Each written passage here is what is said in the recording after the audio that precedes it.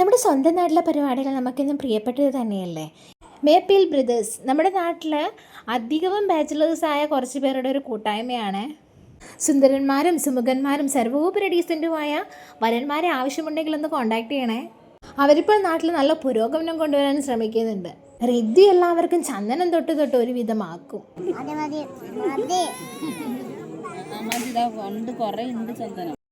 റിജ്വാന്റെ വീട്ടിൽ നിന്ന് അച്ഛനും അമ്മയും മേടത്തിയമ്മയും മോനും ഒക്കെ വന്നിട്ടുണ്ടായിരുന്നേ.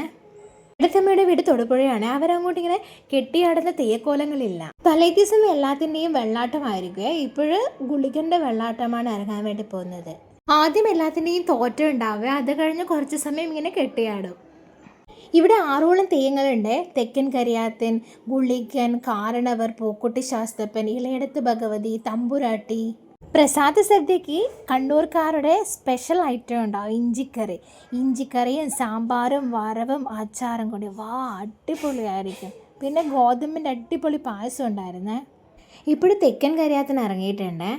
തെക്കൻ കരിയാത്തിനെ തട്ടിത്തെറിപ്പിക്കാനുള്ള കനൽ റെഡിയാക്കിക്കൊണ്ടിരിക്കുകയാണ്. തെക്കൻ കരിയാത്തൻ കുറേ സമയം കളിച്ചതിന് ശേഷം പിന്നെ കുട്ടിത്തെയ്യവും ഇറങ്ങിയിട്ടുണ്ട്. പിന്നെ രണ്ടുപേരും ചേർന്നുള്ള കളിയാണ്. അതിനിടയിൽ കനൽ തട്ടിത്തെറിപ്പിക്കുകയും ചെയ്യുന്നുണ്ട്. അച്ഛൻ മകനെ അടിക്കാൻ പോകുന്ന രംഗങ്ങളാണ്. കുട്ടിത്തേതിനെ കാണാൻ എന്ത് ക്യൂട്ടാണെന്നോ. ഇപ്രാവശ്യം കുട്ടിത്തേ നന്നായിട്ട് തന്നെ കളിച്ചു.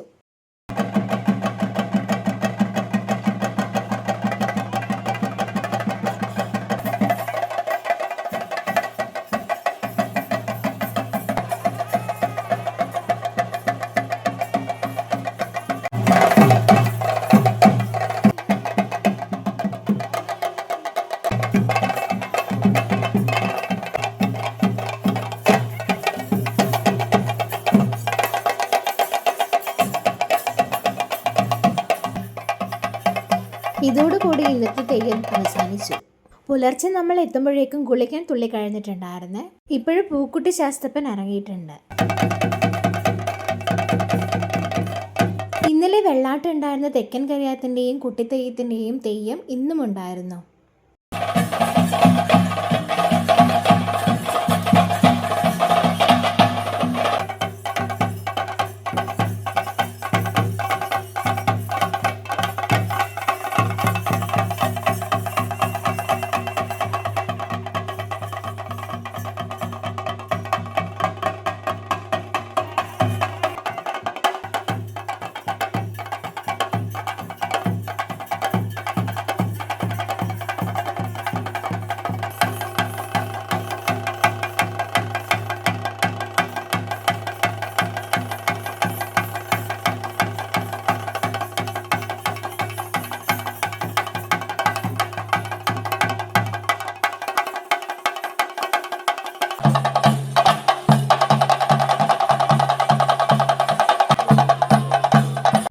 അവസാനം എല്ലാ തെയ്യങ്ങളും ഒരുമിച്ച് തുള്ളി അവരുടെയൊക്കെ മുടി അഴിച്ചതിന് ശേഷം ഈ വർഷത്തെ തിരുമഹോത്സവവും കഴിഞ്ഞു. ഇനി അടുത്ത വർഷത്തെ തിരുമഹോത്സവത്തിനായി കാത്തിരിക്കാം.